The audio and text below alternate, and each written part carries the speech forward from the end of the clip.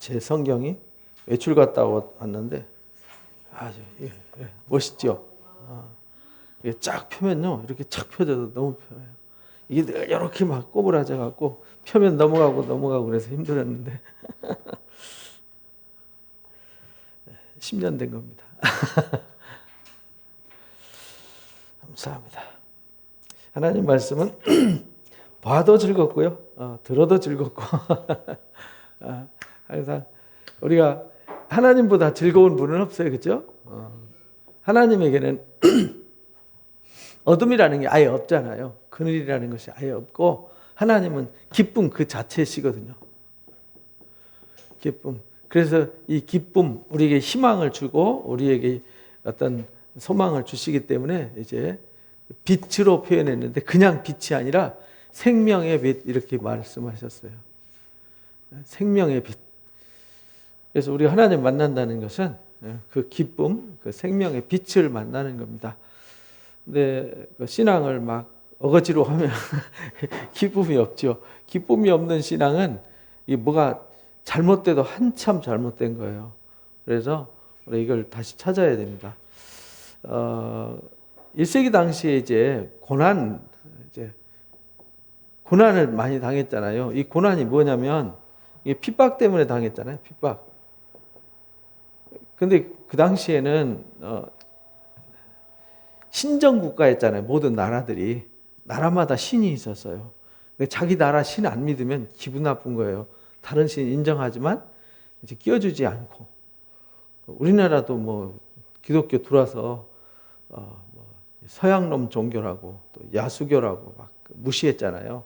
왜냐하면 우리는 무당을 섬기고 뭐 또 불교, 유교 이런 사상의 뿌리를 깊이 내리고 있는데 이사양한 서양 종교 끌고 와가지고 이제 뭐 한다 해가지고 무시하고 막 핍박을 한 거잖아요. 근데 점점 겪으면서 이게 이제 보이잖아요. 생명의 빛이 보이니까 세상 종교는 요구는 하고 억압은 하지만 주는 게 없잖아요. 주는 게 없어요. 맨 통제만 하고 잔소리만 했었지. 근데 여기는 모든 걸 희생하고 모든 걸 주잖아요. 그래서 정말 가족이 버린 사람을 취해서 이질로 콜레라로 막 장티푸스로 죽어가는 사람들을 살리기 위해서 자기 자식과 자기 생명을 남의 나라에서 와가지고 목숨을 던지면서까지 이들 온갖 이 거짓 모함과 이간질과 그 핍박에도 불구하고 한결같이 빛을 비추니까 사람들이 진짜 빛을 발견한 거죠.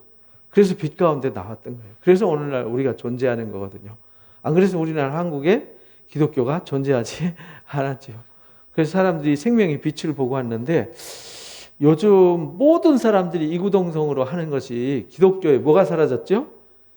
빛이 사라졌어요. 이 생명과 기쁨이 사라졌어요. 그러다 보니까 이제 교회가 무시당하는 시대가 되었어요. 우리가 무시당하면 안 되잖아요. 그래서 이걸 다시 회복해야 돼요. 원래 이게 본질이잖아요. 그죠? 교회는 뭘 하는 것이 아니에요. 근데 자꾸 뭘 하다가 사고를 쳐요. 뭘 하다가 사고 쳐요. 그래서 우리는 이 말씀을 통해서 우리 신앙을 다시 한번 점검하고 세워가는 것, 이것이 중요하다. 그래서 우리가 요한복음 통해서 배우는 것이 이겁니다. 이거. 그렇죠? 예수님이 말씀이세요. 그 말씀이 생명의 빛으로 오셨어요. 세상의 어둠을 빛으로 왔지만 빛이 어둠을 알지 못해요. 그러나 그 빛을 영접하는 자들은 하나님의 자녀가 되는 권세를 주신다. 이거 어마어마한 일이거든요. 그래서 이걸 발견한 사람들에게 하나님의 자녀가 되는, 이 자녀된 권세는 건 예수님과 같은 자리에 세워놓는다는 뜻이거든요. 예수님이 보좌 우편에 앉은 것처럼 우리도 거기 앉게 해준다. 요한복음 3장 끝절에 나오는 말씀이잖아요. 이기는 자들에게는 그런 권세를 준다. 그런데 우리가 하나님의 아들이 된다. 그래서 우리도 하나님을 아빠, 아버지라 부른다. 이렇게 우리가 알고 있잖아요. 알고 있는 게 아니라 그게 이제 법적으로 그렇게 이미 결정이 되었어요. 그래서 저와 여러분은 이미 하나님의 자녀예요. 그래서 예수 그리스도 이름으로 무엇이든지 구하면 다 들어주시고 이루어주시는, 그래서 아버지가 우리가 뭐가 필요한지 다 아세요. 우리가 어떤 고민에 빠져 있는지도 알아요. 그래서 우리 곁에 늘 계시고 천사들을 우리에게 보내주셔서 우리를 지키시고 보호하시는 거죠. 그래서 요한복음이 그걸 가르쳐 주셨어요. 그래서 우리에게 이 기쁨을 주시기 위해서 이 생명의 빛으로 오신 예수님에 관해서 우리가 지금 배우고 있는 거예요. 예수님. 그래서 그분이 말씀이 육신이 되어 우리 가운데 오셨다. 그래서 은혜와 진리가 충만하더라. 근데 은혜와 진리가 충만하다는 말이 이제 우린 감각이 없어요. 그죠? 사람들이 이론으로는 그래, 예수님은 은혜와 진리가 충만한 거야. 사람들 입으로는 막 떠들지만 사실은 은혜와 진리가 뭔지에 대해서는 깊이가 없어요. 그 은혜가 뭐냐면은 아무 자격도 없는 우리에게 하나님의 그 모든 영광과 은혜를, 또 모든 영광과 기쁨과 축복을, 복을 그냥 조건 없이 하염없이 영원토록 쏟아 부어주시는 것을 은혜라고 그래요. 그래서 예수님이 나를 위해서 아무것도 아닌다, 죄악 덩어리인 나를 위해서 십자가에 자신을 내어주고 나를 값을 주고 살 정도의 사랑, 이걸 뭐라고 그러냐? 은혜라고 그래요. 그러니까 하나님은 우리한테 뭐 요구하는 거 아무것도 없어요. 근데 우상은 우리한테 요구하는 게 많잖아요. 달라고만 해요, 우상은. 근데 하나님 우리한테 달라는 거 딱 한 가지예요. 뭐죠? 그렇죠. 사랑하는 마음. 하나님 사랑하는 마음, 요거 하나만, 다른 거 아무것도 하나님이 요구하는 거 없어요. 하나님 사랑하는 마음만 요구하세요. 왜? 마음이 하나님께서 떠나면 저주받거든요. 이사야서 그래서 49장에 마음이 하나님께서 떠난 사람들은 저주받은 거예요. 왜냐하면 마음은 생명선이거든요. 생명선.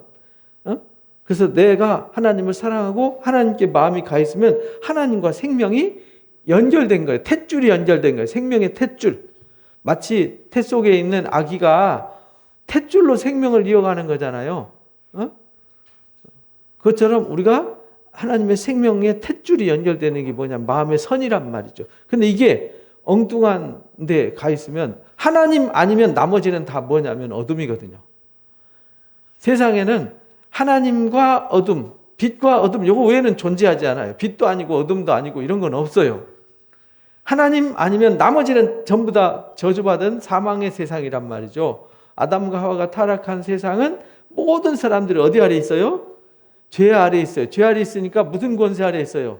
사망의 권세 아래 있단 말이죠. 심판에, 이미 심판 받았어요. 그래서 우리가 3장에서 예수님이 이 땅에 오셨는데 나무 꼭대기에 매달렸던 구리뱀처럼 예수님이 십자가에 매달리는데, 십자가에 매달리신 그 예수님을 믿기만 하면 모두 다 구원받게 한다. 그러나 믿지 않는 자는 이미 뱀 물려서 뭐하고 있어요? 죽어가고 있는 거죠. 죽어가고 있는 거예요. 사는 방법은 하나밖에 없어요. 뱀을 보고 믿는 거죠. 그거 외에는요, 믿고 보는 거 외에는요, 아무 방법이 없어요. 나머지는 뭐 착하니 안 착하니, 똑똑하니 안 똑똑하니, 뭐 선한 일을 많이 했니 안 했니, 그거하고 아무 상관없어요. 뱀 물려서 죽어가는데 똑똑하고 잘나고 뭐 공부 많이 하고 뭐 착한 일 많이 하는 사람 안 죽나요? 뱀 물려서 죽어가는 데는요, 거기에 아무 이유도 조건도 없어요. 선한 일을 뭐 평생 선한 일 했다고 뱀 물리면 안 죽어요? 죽잖아요. 죽어가는 사람 사는 방법은 매달리신 주님을 바라보는 것 외에는 없다. 아주 단순한 거예요. 진리는요. 그게 진리예요. 그러니까 은혜는 뭐냐? 모든 것을 주시는 거예요. 모든 걸 허락하시는 거예요. 그리고 하나님은 우리를 위해서, 주님이 다시 오실 때까지 우리를 위해서 수고하세요. 그래서 예수님 뭐하러 오셨냐면 섬기러 오셨어요. 우리가 주님을 섬기는 게 아니라 누가 우리를 섬기죠? 그래서 예수님은 나는 섬기러 왔다 이렇게 말씀하셨잖아요. 그러니까 하나님이 우리를 섬긴다니까요. 죄송하게. 여러분들이 자식을 섬기듯이 애기들 섬기잖아요. 그죠? 이쁘다고 맨날 코 닦아주고 세수시켜주고 똥기저귀 갈아채워주고 목욕시켜주고 사고 쳐도 다 수습하고 책임져 주시고 돌보듯이. 그게 아빠, 아버지란 말이에요. 그래서 하나님 우리 아빠, 아버지예요. 우리 사고 투성이잖아요. 금방 돌아서 가지고 하나님이 계신데 없다고 말하고 살고, 하나님이 함께 하시는데 함께 안 한다고 생각하고 살고 막 이러잖아요. 그죠? 원망하고 투정하고 살잖아요. 그럼에도 불구하고 우리에게 사랑을 쏟으세요. 그게 뭐냐? 은혜예요. 진리는 뭐냐? 단순해요. 그분을 믿으면, 십자가의 도를 믿으면 살아요. 그래서 그분은, 예수님은 이 땅에 빛으로 왔어요. 이거 영접하기만 하면 돼. 이게 진리예요. 진리는 아주 단순해요. 그래서 예수 그리스도를 믿으면 죄가 있는데 죄가 뭐 했다 그래요? 사라졌다, 사했다, 없어졌다 이렇게 말씀하신단 말이죠. 이게 진리예요. 그 진리를 깨달으면 자유가 주어지는 이유가 나 스스로는 안 되잖아요. 내 힘으로는 안 돼요. 근데 주님의 은혜가 오니까 그 저절로 되잖아요. 저절로 된단 말이에요. 그래서 이제 내일 우리가 드려야 될 말씀이 저절로 은혜예요. 저절로 은혜. 그러니까 우리가 이걸 깨닫는 것이 요한복음의 본질이다. 왜? 예수님이 그걸로 오셨어요. 은혜와 진리로 오셨어요. 세상 죄를 짊어지고 하는 어린 양이로다. 그래서 하나님이 사랑하시는 자로 이 땅에 오셨어요. 그래서 예수님이 도저히 우리는 죄인이 의인이 될 수 없어요. 죄인이 하나님의 아들이 될 수 없어요. 그런데 물이 뭐가 되게 했어요? 포도주가 되게 하는 그런 능력을 가지고 오셨어요. 물도 포도주로 만드시는데 우린들 못 바꾸겠어요? 그죠? 그래서 우리가 예수님 말씀 들으면 물이 포도주 되듯이 죄인이 뭐가 될 수 있어요? 의인 될 수 있다. 이걸 보여준 거예요. 표적 그냥 단순히 뭐 이적 행하려고 한 게 아니에요. 마술사들도 마술을 하잖아요. 이 얀네와 얀보레라는 얘기가 나오잖아요. 어딥니까? 출애굽기에 보면은 모세가 하나님 말씀을 들어서 막대기를 강물에 대니까 뭐가 됐죠? 피가 됐어요. 그러니까 술사들도 흉내를 내잖아요. 개구리 불러내는 거 흉내 내죠.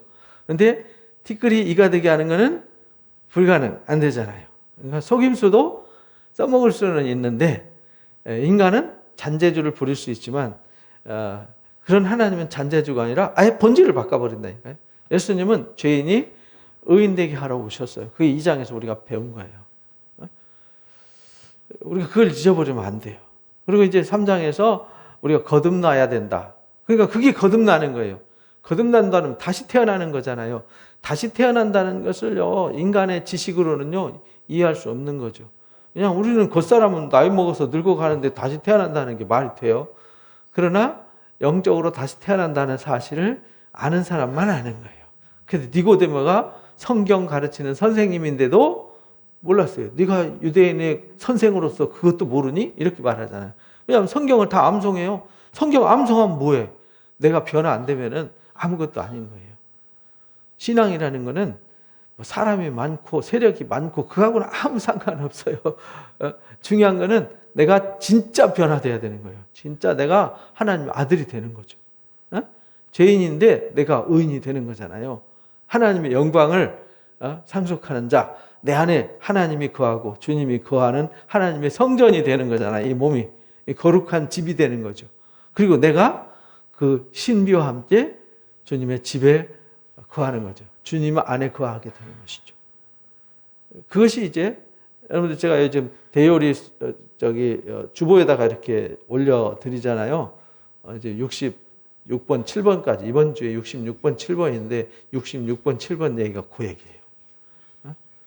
우리가 그리스도와 연합된다는 게 뭔지, 하나님의 부르심의 뜻이 무엇인지를 우리가 알아야 되거든요. 그 내 힘으로 되는 것이 아니라 전적인 하나님의 은혜로 되는 거예요. 내가 의롭게 되려고 막 노력하면 노력할수록 뭘로 드러나느냐? 죄인이라는 걸 드러내는 거예요. 그래서 율법의 역할은 죄를 들춰내는 거예요. 우리 갈라디아서 읽으셨죠? 갈라디아서 읽은 내용이 그거예요. 어제 녹화해서 올려드렸는데 그걸 잘 들어보시면 쉽게 이해할 수 있어요. 그러니까 율법적 노력과 육신의 수고와 노력은 항상 나타내는 것이 한계를 느끼게 하는 거예요. 한계. 야, 인간은 한계야. 더 이상 안 돼. 인간의 노력과 수고로 의롭게 안 돼. 착한 일 많이 한다고 안 돼. 도를 많이 닦아서 안 돼. 인문학 공부 많이 해서 안 돼. 의롭게 안 돼. 하면 할수록, 많이 알면 알수록, 나는 부족한 존재구나. 하염없이 연약한 존재구나. 모르고 살 때는, 개망난이로 살 때는 모르잖아요. 그죠? 원래 개망난이로 사는 사람들은 자기가 잘못하는지 잘 몰라요. 그래서 그렇게 사는 거, 그러면서 막 큰소리 치잖아요. 그죠? 그런 거 우리 뭐 주변에서 늘 보면서 살잖아요. 그러나 깨닫고 나면은, 내가 이렇게 부끄러운 존재, 연약한 존재구나. 그런데 이걸로 끝나면 얼마나 불행하냐고요. 그죠? 그런데, 그러니까 봐. 그러니까 저기 가서 씻으라고. 너 더럽잖아. 너 더럽다는 거 눈 뜨고 보니까 끔찍하지. 그러니까 저기 목욕탕 있잖아. 저기 공짜야. 가서 씻고 와. 거기가 어디냐? 십자가란 말이죠. 그것을 우리가 이제 3장까지 배웠어요. 거듭나야 된다. 거듭남에 대해서 우리가 이제 니고데모를 통해서 배웠어요. 그러면서 예수님을 믿어야 된다. 왜 믿어야 되느냐? 거듭난다는 게 뭐냐? 장대에 매달린 예수님을 믿는 것이 거듭나는 거다. 그 자들은 멸망치 않고 영생을 얻는다. 영생 얻는다는 말은 이미 죄인으로서 죽을 몸이 영원히 다시 사는, 죽을 몸이 죄값을 치렀고 사망의 값을 치렀으니까 다시 죽을 일이 있어요, 없어요? 죽는 건 사람이 한 번밖에 안 죽는단 말이에요. 근데 우리가 그리스도와 함께 사망을 장래 치렀잖아요. 그죠? 사망을 장래 치렀으니까 우리는 죽음의 권세가 없어요. 우리한테 죽음의 권세가 역사할 수가 없어요. 그래서 그리스도 안에 있는 사람은 죽어도 다시 사는 부활의 영광이 있는 거예요. 그러니까 우리는 죽어도 죽은 게 아니라, 예수님께서 죽은 게 아니라 잔다 이렇게 말씀하시잖아요. 그래서 이제 누구든지 멸망치 않고 그를 믿는 자마다 영생을 얻게 하려고 예수님이 오셨다. 그러니까 우리는 이미 예수님을 믿었고 바라봤고 그 안에 거하니까 이미 뭘 얻었어요? 영생 얻었잖아요. 그 영생이 곧 뭐냐면 마테마가 누가에서 배운 천국이란 말이죠. 하나님의 나라란 말이죠. 이미 그러니까 우리는 하나님의 나라에 발을 옮겼어요. 이미 경계선을 넘었어요. 돌아올 수 없는 강을 건너듯이 돌아갈 수 없는 강을 건너왔어요. 요단강을 건너온 거죠. 우리는요, 이미 사망의 세상에서, 죄악 세상에서 하나님의 나라로 옮겨졌어요. 그러나 아직 완성은 되지 않았어요. 그래서 우리가 과정 중에 있기 때문에 때로는 이런 일도 있고 저런 일도 있고 갈등도 있고 고민도 있고 뭐 이런 롤러코스터 타는 거죠. 그러니까 그것 때문에 큰일 났다, 난 어쩌나가 아니라 그럴 수 있어요. 내가 약할 수 있고 넘어질 수 있고요. 실수할 수 있고 부족할 수 있어요. 갈등 생길 수 있어요. 그러나 나는 법적 신분과 하나님의 영광의 신분은 절대로 바뀌지 않아요. 다시 죽지 않아요. 다시 돌아갈 수 없어요. 다시 돌아간 사람은 아직 요단강을 안 건넌 사람이에요. 아직 모압 평지에 있는 거죠. 모압 평지에 있어서 바라보고 있는 거지 건넌 사람은 아니에요. 그래서 한번 건넌 사람은 다시 돌아갈 수 없어요. 하나님이 정하신 건데 이건 누가 바꾸고 누가 임의로 어떻게 할 수 있는 게 아니에요. 그 권세는 누구한테만 있어요? 하나님께만 있는 거예요. 하나님께만 있어요. 이게 놀라운 거죠. 이 놀라운 비밀을 알아야 되는데 사람들이 이 놀라운 비밀을 모르는 거죠. 이미 옮겨졌어요. 근데 여기서 누구는 이제 막 태어나서 누워가지고 바둥바둥하는 아기가 있고, 그래서 그런 아기는 뭐 먹여야죠? 젖이나 먹는 자가 돼 있고 이렇게 이제 말하잖아요. 우리가 이제 고린도서 말씀 배웠잖아요. 아직도 너희가 다투고 분쟁하고 아웅다웅 하는 거 보니까 조금만 갖고 좀 서운하게 했다고 시험 들고 어쩌고 하는 거 보니까 아직 너희가 어디에 속해 있어요? 육신에 속해 있다. 젖이나 먹는 아기가 돼 있다. 요단강은 건넜지만 아직 젖 먹고 누워서 앵앵앵 하고 있다는 거예요. 그래 똥 싸놓고 댕기고 서로 내 똥 네 똥 하면서 싸우고 그러지만 그렇다고 해서 자녀된 권세가 박탈된 건 아니다. 이걸 이제 우리가 깨달아야 되는 거예요. 그래서 우리가 이미 영생 얻었다. 하나님의 나라가 이미 우리 안에 임했다.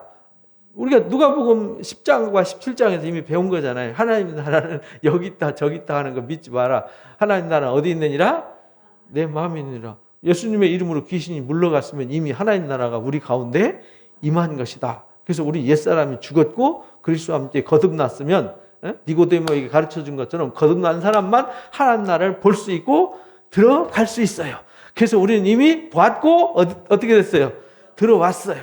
그래서 우리는 영생을 얻었어요. 그래서 세상을 이처럼 사랑하사 독생자를 주신 이유가 믿는 자마다 멸망하지 않아요. 다시는 우리에게 멸망이라는 단어가 없어요. 이미 없어졌어요.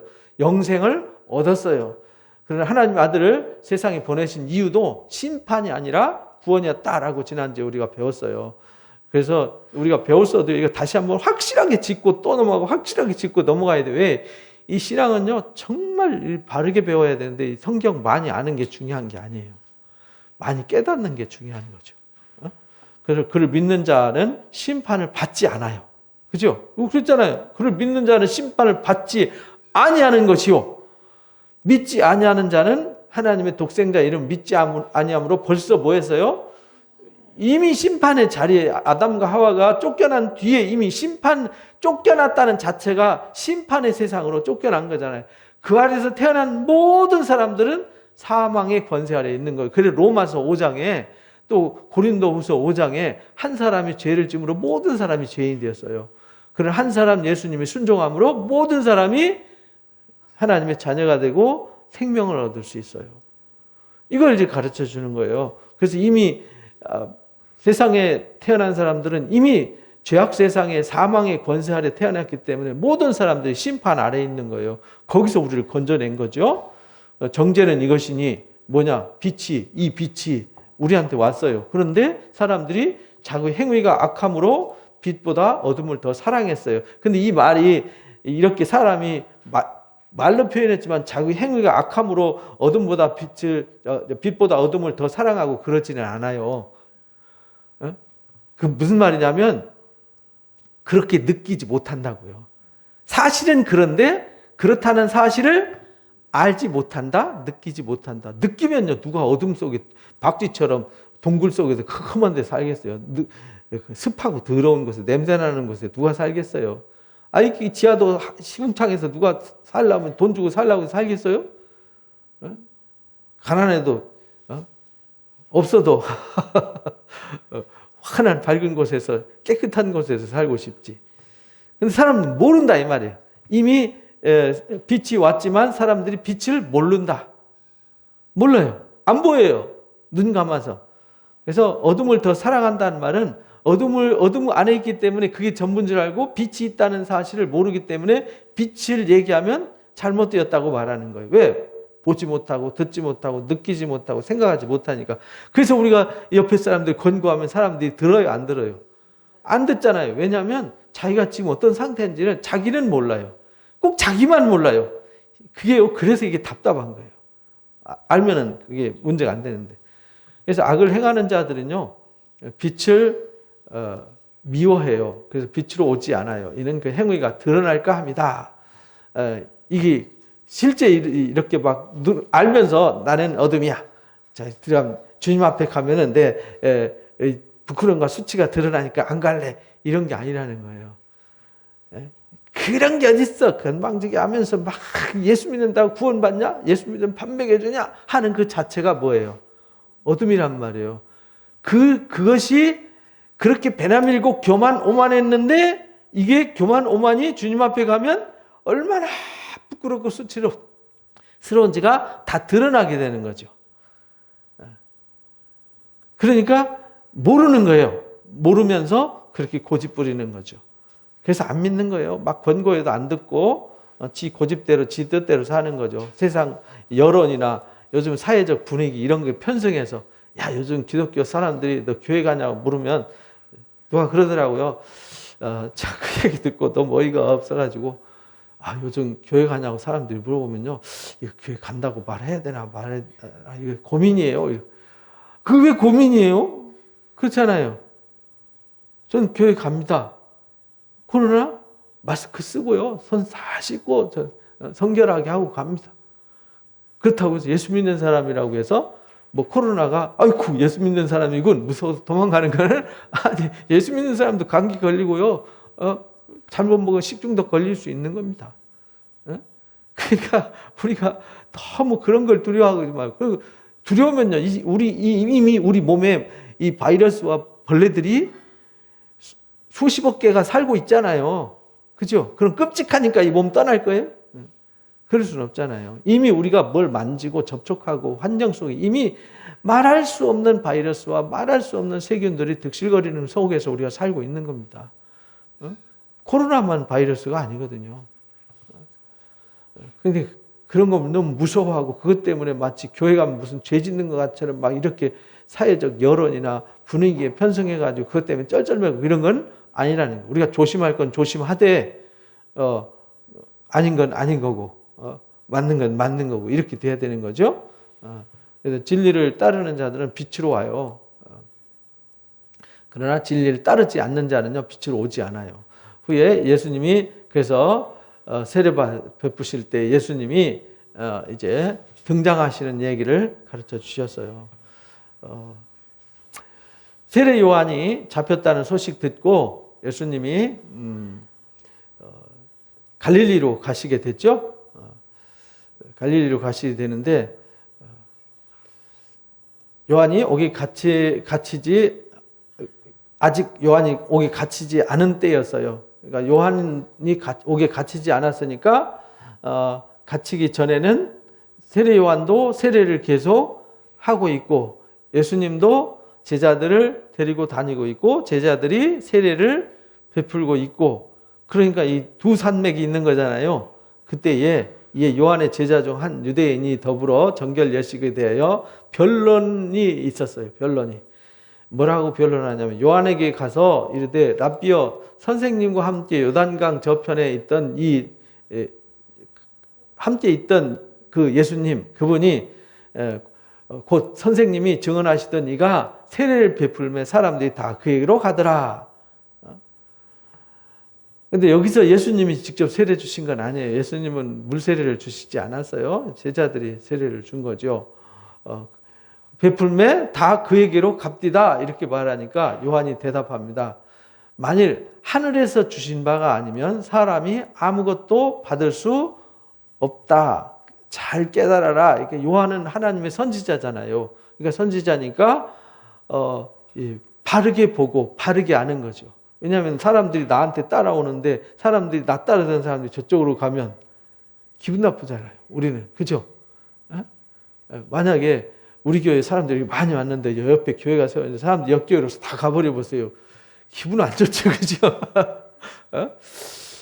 마치 그와 같이 세례요한 따르던 사람들이 다 그쪽으로 가버리니까 하나님이 허락지 않으면 그렇게 안 되는 거야. 다 하나님 공중에 나는 예수님은 그렇게 말씀하셨잖아요. 제자들 파송하시면서 공중에 나는 새가 떨어지는 것도 하나님 간섭하심, 허락하심 없이는 안 되는 거야. 그러니까 우주 만물이 움직여지는 작은 거 하나도 하나님의 간섭하심 속에 있어. 그럼 생각해 보세요. 여러분들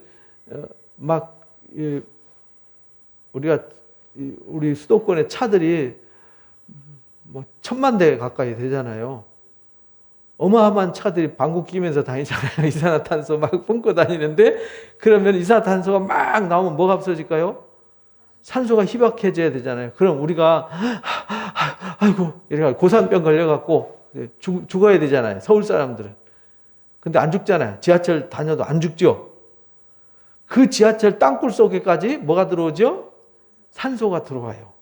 20%에서 21% 사이에 산소가 골고루 유지가 돼요.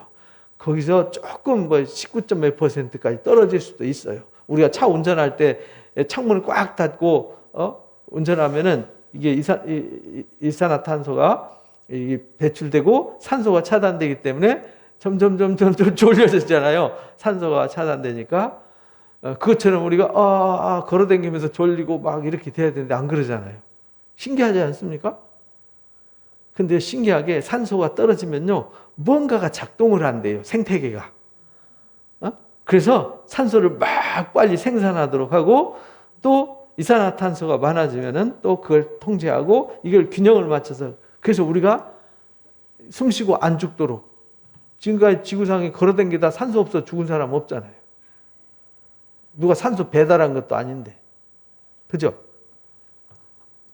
신기하지 않습니까? 태양빛이 우리가 온도가 몇 도, 5도, 10도 올라갔다 내려갔다 하지만 조금만 멀어지면요 지구는 다 얼음덩어리가 되고요 조금만 가까워지면 뜨거워서 다 타버려요. 그런데 봄, 여름, 가을 따뜻하게 맞이하면서 잘 살고 있잖아요. 신비하지 않습니까? 보기만 해도 신비해요. 근데 사람들은 왜 그렇게 교만한지 모르겠어요. 그 모든 거 누가 간섭하시냐? 하나님. 그래서 요한이 영적인 것도 하나님이 하시는 일이야 이렇게 말해요. 내가 말한 바 나는 그리스도가 아니잖아. 나는 그 앞에 보내심을 받은 자라고 한 것을 증언한 자는 너희니라 이렇게 말해요. 그 앞에 보내심을 받은 자 이렇게 보내심을 받은 자 이게 보내신 자 이게 뭐냐면 사도라는 말은 아포스톨로스라는 말이 보내셨다 보냄받았다. 그러니까 주님이 보내셨어요. 하나님이 보내셨어요. 신부를 취하는 자는 신랑이지 않냐. 서서 신랑의 음성을 듣는 친구가 크게 기뻐하나니 나는 이러한 기쁨으로 충만하다. 그러니까 신부를 취하는 자는 누구냐면 신랑이잖아요. 그러니까 예수님이 뭘로 오셨다는 거예요? 신랑으로 오셨어요. 그러니까 이 요한은 중매쟁이잖아요. 바울도 중매쟁이. 그죠? 신부들을 누구에게로? 신랑에게로. 나는 가니까 신랑이 왔으면 신부가 당연히 신랑한테 가는 거 당연한 거지. 그게 뭐가 문제인데? 이런 말이거든요. 오늘날 우리 세상에서 이렇게 사람 싸움하는 건 다르잖아요. 이건 본질이 다른 거잖아요. 그죠? 그래서 그는 뭐 해야겠고? 흥해야 되겠고, 나는 쇠하는 건 당연한 거야. 그래서 이 기독교는요, 내 세력을 만들고, 뭘 업적을 쌓아가는 거, 그건 다 가짜예요. 근데 지금 그런 사람들이 너무 많잖아요. 뭐가 많다는 거예요? 가짜가 많아져 가고 있다. 그 말은 뭐가 문제가 있다는 거예요. 왜냐하면 구약성경 보세요.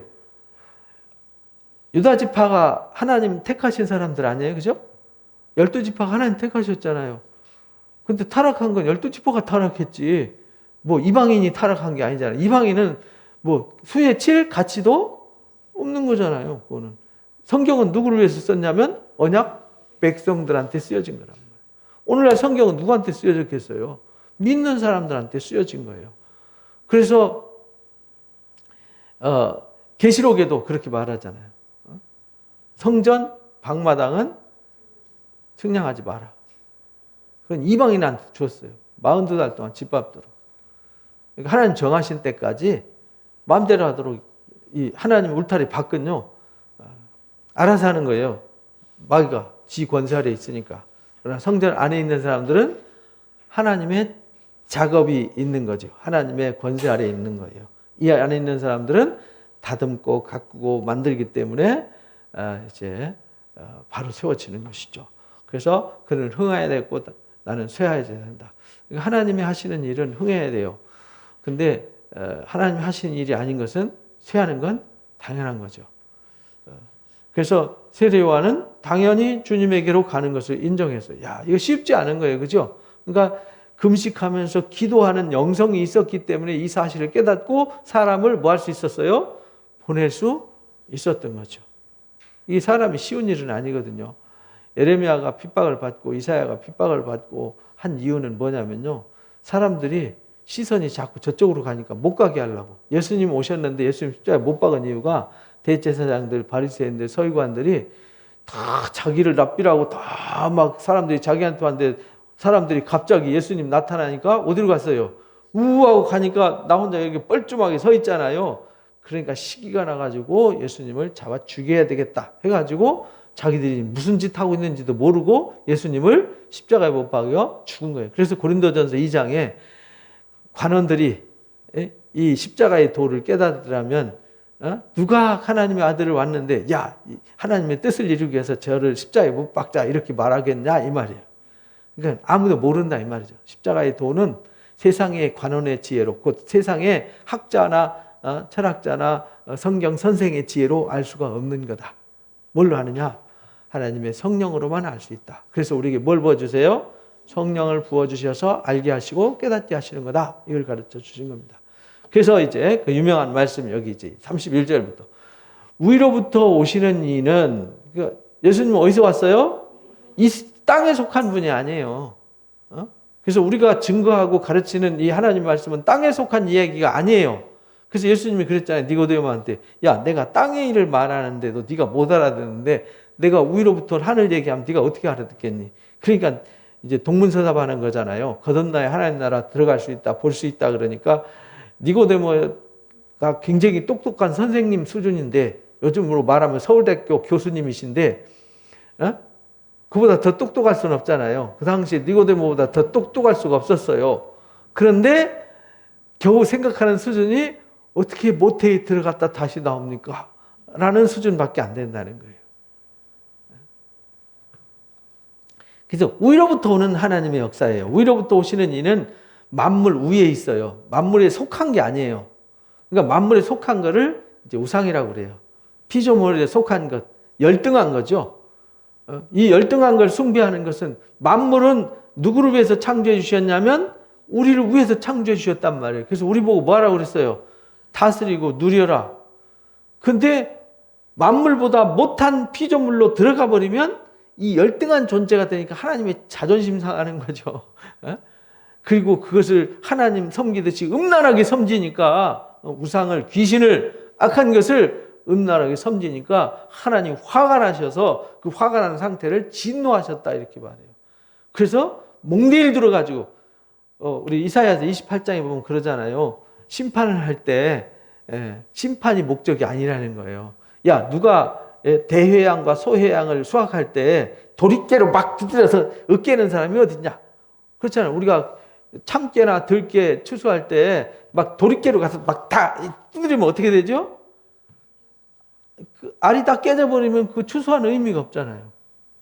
거기다 막 맷돌로 갈아버려? 그러면 그거 뭐하러 추수해? 고생만 하지. 그냥 냅두지. 하나님이 그래서 막대기를 들어서 톡톡 칠 때는, 여놈들아 정신 차려, 정신 차리라고 해가지고 하나님이 내리는 것을 경고의 나팔. 그래서 요한계시록에 7 나팔이 불려지는 거예요. 뭐하라고? 깨어라, 깨어라, 정신을 차려라, 회개하라 라고 회개의 경고 나팔이 불려지는 거예요. 그때 회개해야 되는데 사람들이 회개하지 않더라, 이렇게 기록이 되어 있어요.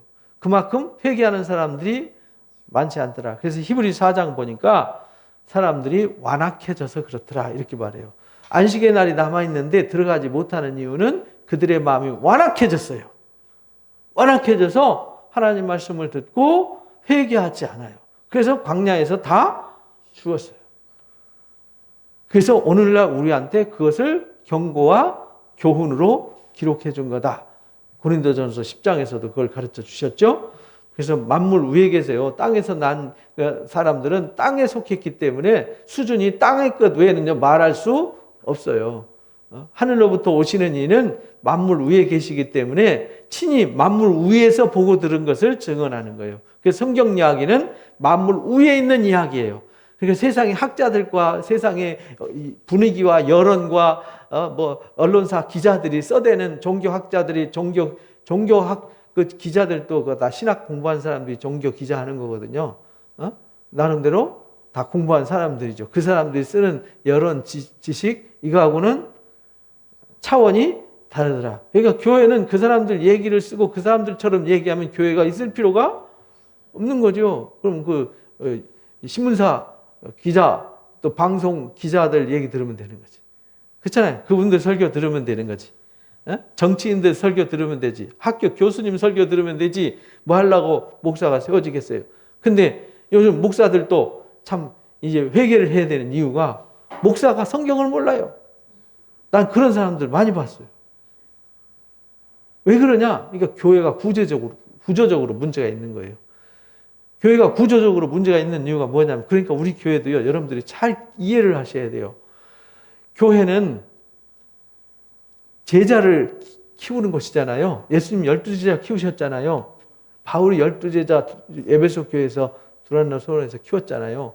뭐 했냐면 밤낮 없이 뭘 가르쳤어요?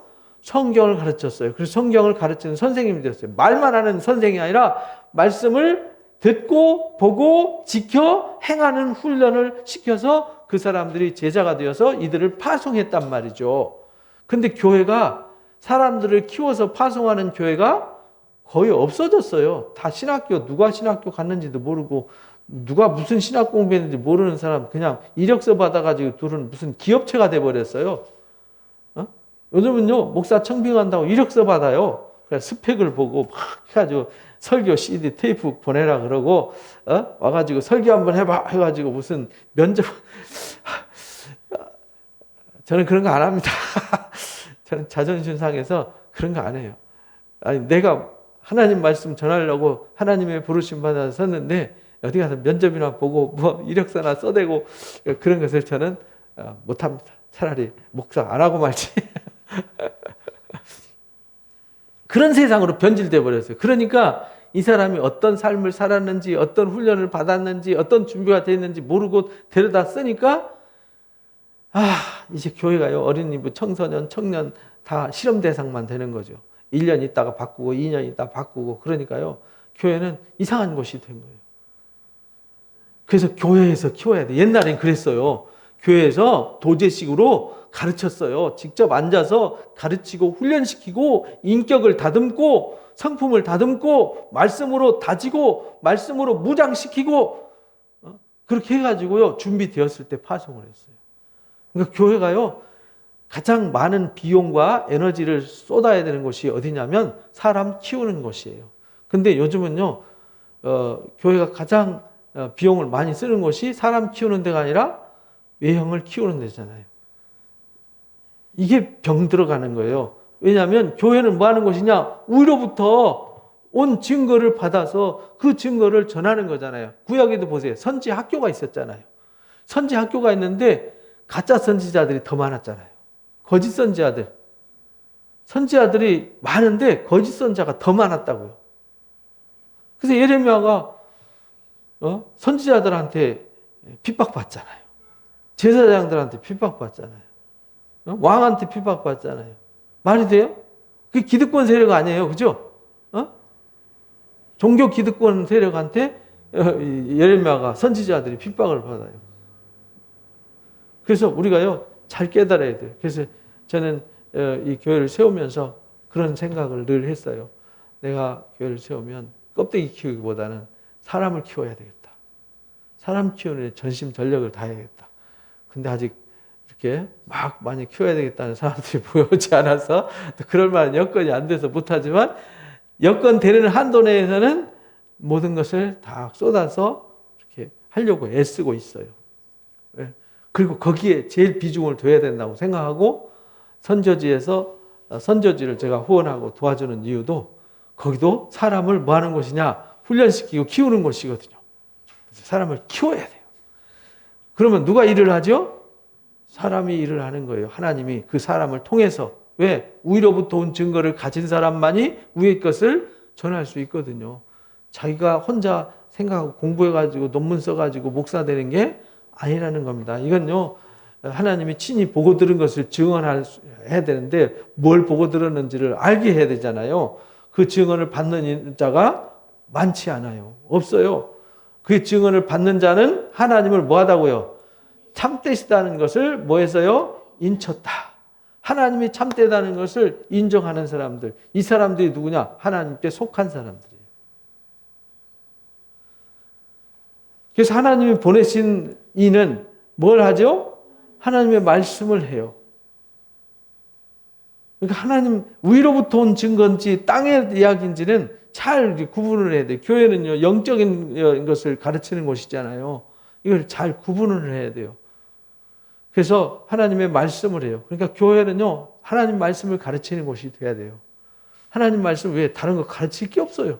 제가 많은 걸 해봤거든요. 제자 훈련도 해봤고 무슨 뭐 프로그램 뭐도 다 해봤는데 결론은 성경 가르치는 거 외에는 아무 대안이 없더라. 어차피 그거 수십 년 하고도요, 다시 뭐 하냐? 성경 가르쳐야 되는데 가르치려고 보면 5년, 10년, 20년 가르친 것이 아무것도 아니었음을 알게 돼요. 그래서 기초 교리 정도만 알면 돼요. 나머지는 다 어디 있냐? 성경 안에 있는 얘기예요. 다 누가 써내고 뭐 만들고 제자 훈련이 뭐고 뭐 다 써낸 뭐 무슨 영성에 관한 책 써낸 거 다 어디 있는 거예요? 다 성경 속에 있어요. 그거 읽을 시간에, 그거 연구할 시간에 성경 읽는 게 더 빨라요. 예전에 목적이 이끄는 삶 해가지고 교회에서 한참 해가지고 난리 났었죠. 그거 결국은 다 뭔 얘기예요? 성경 얘기예요. 그거 목적 이끄는 삶 1, 2, 3 해서 2년, 3년, 5년, 10년 해서 성경 몰라요. 마태복음 모릅니다. 요한복음 모릅니다. 그럼 그 뭐 배운 거예요? 그래서요, 우리가 위로부터 온 하나님의 역사를 배워야 된다. 그래서 제가 이제 성경 교육을 한다 그랬더니 교재 좀 주세요 그러더라고요. 그래서 여기 있습니다 이랬더니 그거 말고요. 아니 성경 말고 뭔 또 교재가 있어요? 내가 그랬어요. 그거 말고 성경 이렇게 뭘 만든 교재 없습니다. 그래서 제가 이제 조금이라도 사람들한테 안내서를 만들자. 그래서 이야기로 풀어 쓴 성경 파노라마라는 글을 성경 이야기를 쓴 거예요. 그냥 거기다 무슨 다른 이론 다른 거 없어요. 그냥 성경 스토리 이야기를 정리를 해놨어요. 그래서 위로부터 보내신 이는 하나님이 보내신 이는 뭘 한다고요? 하나님의 말씀을 해요. 그래서 지난주 우리 말씀을 들었잖아요. 하나님께 속한 자는 뭘 들어요? 하나님의 말씀을 들어요. 요한복음 8장 47절 말씀을 우리가 나눈 거예요. 하나님께 속한 자는 하나님의 말씀을 들어요. 그러니까 위로부터 오신 하나님의 사람은 하나님 말씀만 전하면 하나님께 속한 자들은 하나님 말씀을 듣는 거죠. 그래서 하나님 허락한 자들이 오게 되는 거죠. 이게 교회란 말이죠. 이게 교회예요. 이는 하나님이 성령을 한량없이 주시기 때문이다. 그러니까 이 말씀을 가르치고 교회의 일꾼들은 뭘 받아야 돼요? 성령을 한량없이 부음받아서 위로부터 온 증거를 가슴에 품어야 되는데 그게 뭐냐? 이게 기쁨이란 말이죠. 이게 생명의 빛이라는 거죠. 그래서 교회는 기쁨이 있어야 되고요. 이 즐거움이 있어야 돼요. 감사가 있어야 되죠. 사랑이 있어야 되는 거죠. 그래서 이거를 쏟아내야 되는 곳이란 말이죠. 위로부터 온 증거를 채우고 그 증거를 흘러보내는 곳. 이것이 교회예요. 그래서 그거를 혼자 안 되니까 함께 하는 거죠. 근데 수십 명, 수백 명이 할 수 없잖아요. 그래서 가정 단위로, 소그룹 단위로 서로 나누면서 풍성하게 만들어 가는 겁니다. 이게 성경에 이미 다 있어요. 제가 소그룹 교육도 많이 해보고요. 대그룹 교육도 하고, 제자, 훈련, 1단계, 2단계, 3단계, 10단계 성서 교재 훈련도 다 해봤고요. 내비게이터 다 해봤고, 다 해봤는데, 결국은요, 성경이었어요. 교리문답서도 다 읽어봤는데, 결국은 성경이 다 있더라고요. 제가 모든 이것저것 다 해보고 결론은 성경에 다 있는 걸 쓸데없는 고생을 했구나. 차라리 요한복음 가르칠 걸. 차라리 로마서 가르칠 걸. 아이고, 차라리 계시록 가르칠 걸. 괜히 M1 시간만 보냈더라 이 말이죠. 그러니까 여러분들은 성경을 많이 읽으시기 바랍니다. 많이 배우시기 바랍니다. 그러면요, 여러분들이 다른 데서 제자훈련 30년 교육받은 사람보다 더 영성이 깊고 바르게 아는 사람들이 될 수 있어요. 우리 교회는 그래서 다른 교재 없습니다. 누가 교재 달라 그러면 여기 있습니다. 이렇게. 저희 교회는 교재가 성경이에요. 이렇게. 그래서 저나 여러분이나 똑같이 말씀을 통해서 성령을 한량없이 부음을 받는 사람들이 돼야 돼요. 그래서 성령에 뭐가 돼야 되냐? 감동이 돼야 되는 거예요. 성령이 감동된 사람들은 성령이 충만해서, 충만하다는 말은 차서 흘러 넘어가는 걸 말하는 거예요. 흘러 넘어가지 않는 건 충만이 아니에요. 그러니까 교회는 항상 뭐 해야 되냐? 이것이 채워져서 흘러 넘어가는 것이 돼야 돼요. 그러면 하나님의 영광과 능력이 역사되어지는 것입니다. 아버지께서 아들을 사랑하사 만물을 다 아들의 손에 주셨어요. 그러니까 예수님 만나면 그 안에 다 있는 거예요. 십자가 안에 모든 게 다 있는 거예요. 그 십자가 도가 멸망받는 사람들이 뭐야 저거 사형틀 아냐 이렇게 말하지만 그 속에 말할 수 없는 영적 신비가 담겨져 있는데 그건 보아도 몰라요. 그 십자가를 파서 끌어내려가지고 이게 나무냐 쇳덩어리냐 이게 무슨 감람나무냐 무슨 올리브나무냐 감람나무 올리브나무죠. 뭔 나무냐 밤나무냐 상수리나무냐 연구해봤자 별 의미 없어요.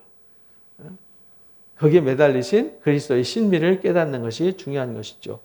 그래서 너무 십자가 문양을 내고 십자가 너무 갖고 다닐 필요 없어요. 십자가는 어디에 있어야 돼요? 내 마음속에 있어야 되는 거예요. 마음속에. 그래서 다 예수님에게 있어요. 아들을 그래서 믿는 자에게는 뭐가 있죠? 이미 영생, 구원, 영생이 뭐냐면 영생이란 이 단어 생각하지 말고요. 영생이라는 건 뭐냐면 영원히 사는 거잖아요. 영원히 사는 거를 뭐라고 말하냐면 구원이라고 그래요. 어디로부터 구원받았죠? 사망에서 구원받은 거예요. 그죠? 죄의 싹은 사망이잖아요. 죄를 지었기 때문에 반드시 죄는 값을 지불해야 되는데 뭘로 값을 지불하냐? 사망으로 값을 지불해야만 죄가 해결돼요. 그래서 예수님이 나 대신 사망의 값을 십자가에서 지불하신 거잖아요. 그래서 내가 예수님을 믿으면 뭘 얻어요? 영생을 받아요. 그게 구원을 받는 거예요. 그게 뭐냐? 이게 하나님의 나라예요.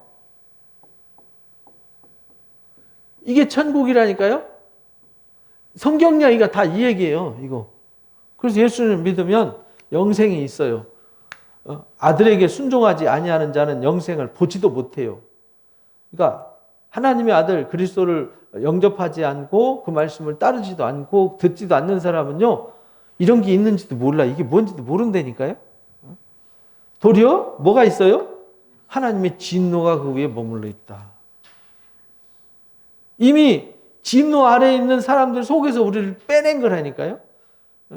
거기서 건져낸 거예요. 이 구원이라는 게 건짐이잖아요. 건짐.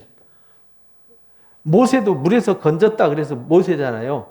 여호수아, 예수와 모세, 호세아, 이게 다 뭐냐면요, 구원이에요. 건짐이죠. 건져서 살려낸 거죠. 근데 그냥 살려낸 것이 아니라 영원히 살려냈어요. 그래서 영생을 어떻게 되는 거죠? 그 영생이 있는 곳이 어디냐? 하나님이 다스리는 곳이에요. 하나님이 통치하시는 곳. 하나님은 영원히 계시니까 하나님 나라는 영원히 있는 거예요. 영원한 생명, 영원토록 우리가 기쁨을 누리고 영원토록 빛 가운데 있고 영원토록 의에 이루게 되는 거다. 이 사실을 절대 잊지 마시기 바랍니다. 그래서 이제 4장으로 넘어가요. 그리고 이제 예수께서 제자를 삼고 세례를 베푸는 것이 요한보다 많다는 말을 바리새인들이 들었어요. 그래서 그걸 주님이 아세요. 근데 예수께서 친히 세례를 베푼 게 아니고 제자들이 베풀었다 이랬죠. 그래서 앞에 3장에서 오해를 하면 돼요. 세례 요한도 세례를 베풀고 예수님도 세례를 베푸는데 세례 요한의 제자들이 다 예수님에게 갑디다. 거기 가서 세례 받았다니까. 예수님이 물 세례 줬단 말이야. 그럼 세례 요한이 그랬잖아요. 나는 물로 세례를 주지만 그는 능력이 많으시기 때문에 성령으로 세례를 줄 거다. 불로 세례를 줄 거다. 그랬는데 그러면 이게 뭐야? 예수님 물 세례 주러 오셨어? 이러면 오해잖아요. 그래서 여기다 가로치고 써놓은 거예요. 설명해 놓은 거예요. 제자들을 삼고 세례 베푼다는 것을 알고 또 요한에게 모였던 사람들보다 예수님에게 몰려드는 사람이 더 많다. 그러니까 바리새인들이 시기심이 나는 거예요. 딱 보니까 안 그래도 세례 요한이 와서 세례를 베풀 때 배가 아팠는데 그래서 마태복음 3장이 그러잖아요. 바리새인들과 서기관들이 세례 받으러 오니까 이 독사의 자식들아 이렇게 말하잖아요. 독사의 자식이 뱀의 자식이잖아요. 뱀의 자식이라는 마귀 자식이라는 뜻이거든요. 이 마귀 새끼들아 이런 말이에요.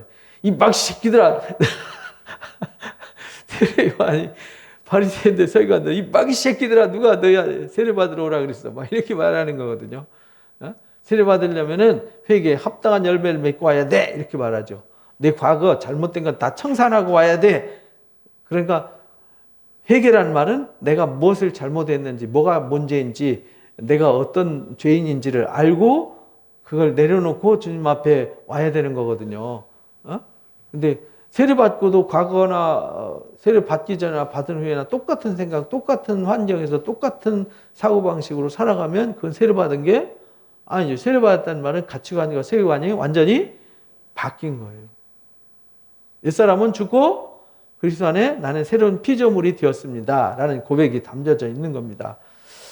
그래서 유대를 떠나셔가지고 이제 갈릴리로 가셨어요. 그래서 아까 이제 앞에서 잠깐 말씀드렸잖아요. 세례 요한이 세례를 베풀고 예수님 세례 베풀 때 아직 세례 요한이 잡히시기 전이니까 이제 잡힌 후에는 어디로 가시냐면 갈릴리로 가세요.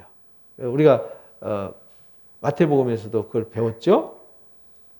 사마리아를 통과하여야 하겠는지라 이렇게. 근데 사마리아를 통과 안 해도 되거든요. 근데 사마리아를 왜 통과하냐면 예수님이 여기가 이제 갈릴리 본거지예요. 예수님이 사역 활동을 하실 때 어디서 활동을 하시냐면 주로 여기 가버나움, 여기 여기서 사시니라 이렇게 되잖아요. 여기서 사셨어요. 갈릴리로 가셔서 나사렛으로 고향으로 갔다가 여기 나사렛으로 갔다가 여기서 핍박받으니까 어디로 가냐면 가버나움에 가셔서 사셨어요. 그죠? 근데 가버나움에 가서 사셨는데 여기서 세례 받으시고 이제 예루살렘에서 이제 어디로 가시냐면 갈릴리로 가셔야 되는데 여기 사마리아를 지나가야 되겠는지라 이렇게 말하는 거죠. 왜냐하면 사람들은 여기 사마리아를 안 지나가요. 왜냐하면 사마리아 사람들이 부정해졌어요. 사마리아 사람들은 우리가 열왕기에서 배웠잖아요. 북이스라엘이 멸망할 때 아수르가 이 북이스라엘 10지파를 잡아가지고 다 아수르로 끌고 갔어요. 그리고 일부 남아있는 사람들과 아수르 사람들을 여기 사마리아에다가 정착시켰어요. 그래서 이들이 피가 섞여버렸어요. 혼혈인이 된 거죠. 혼혈이 되니까 정통성이 사라져버린 거죠. 그래서 부정한 사람들, 사마리아인이란 단어가 됐어요. 원래 에브라임 지파의 수도, 북이스라엘의 수도가 사마리아였거든요. 그래서 사마리아 사람들이란 말은 에브라임 사람이라는 뜻이고, 에브라임은 북이스라엘의 장자 지파거든요. 그래서 북이스라엘, 에브라임, 사마리아는 같은 단어로 쓰여지는 거예요. 그래서 사마리아 사람들이란 말은 북이스라엘 사람들이라는 뜻이에요. 이들은 부정해졌어요. 그래서 상종하기 싫어요. 그래서 사람들이 여기를 피해가요.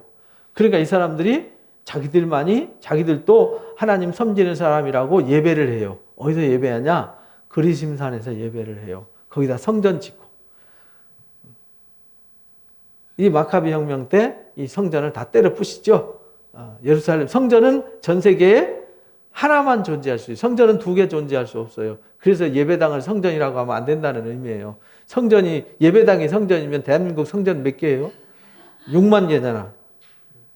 그러면은 성전이 6만 개면 말이 안 되잖아요. 성전은 예루살렘 성전 하나만 되는 거예요. 그래서 다른 데 세워질 수가 없었어요. 그래서 이 세상에 진짜 성전 되신 주님은 한 분만이 있는 거예요. 예수님만이 성전이에요. 그래서 구원은 예수님을 통해서만, 예수님만이 길이고 진리고 생명인 거예요. 다른 성전은 있을 수 없어요. 그러니까 내 안에 주님 외에 다른 주가 있을 수가 없는 거예요. 그걸 잘 이해를 하셔야 돼요.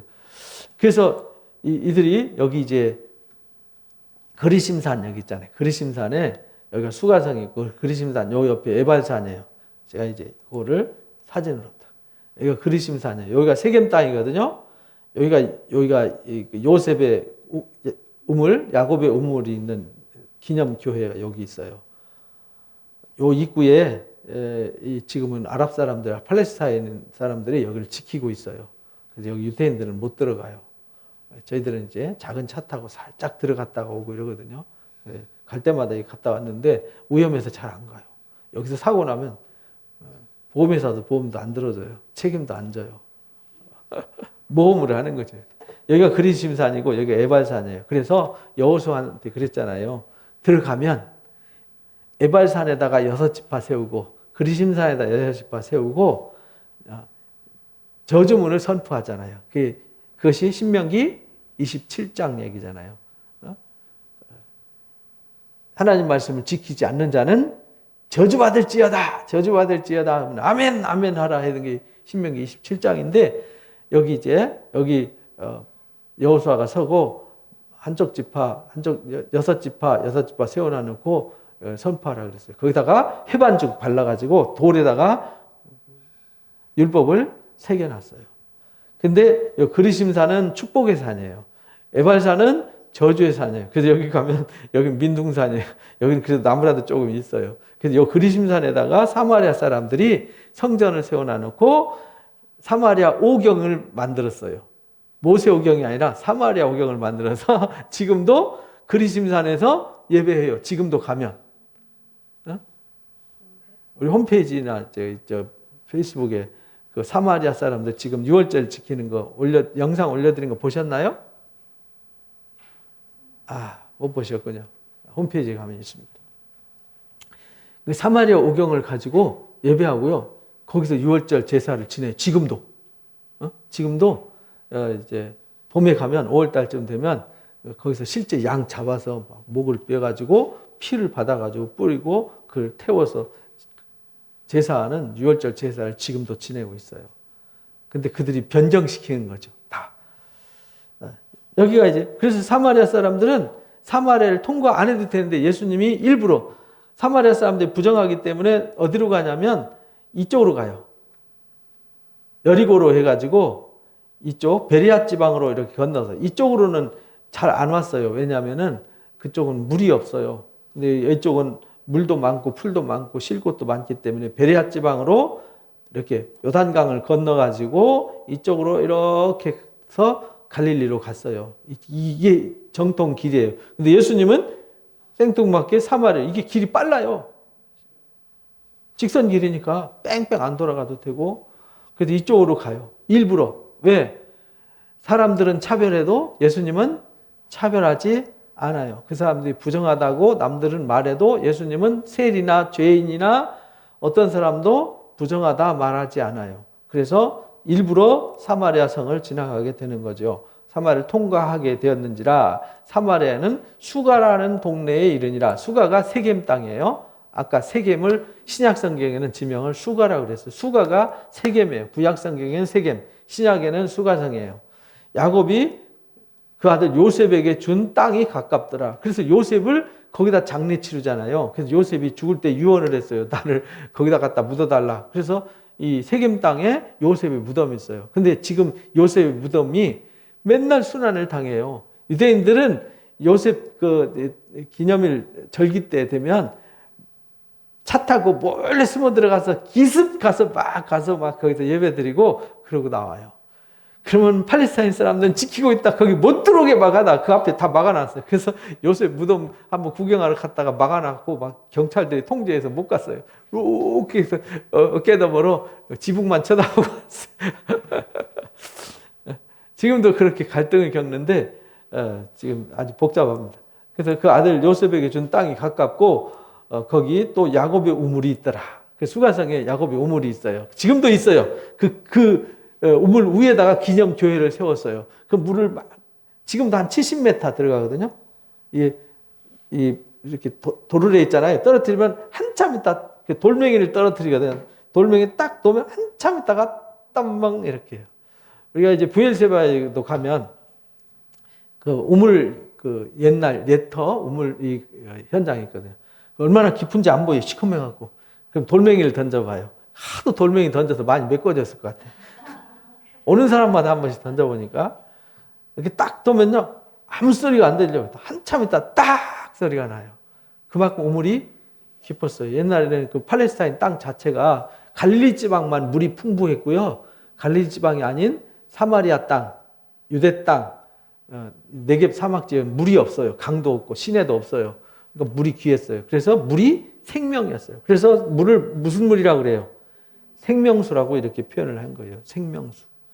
그래서 야곱이 우물이 있어요. 예수께서 길 가시다가 피곤해서 우물 곁에 앉으셨다가 그때가 6시쯤 되었더라. 6시면 몇 시일까요? 저녁 때? 우리 시계와 유대인 시계는 달라요. 유대인들은 아침 6시가 0시예요. 6시면 몇 시?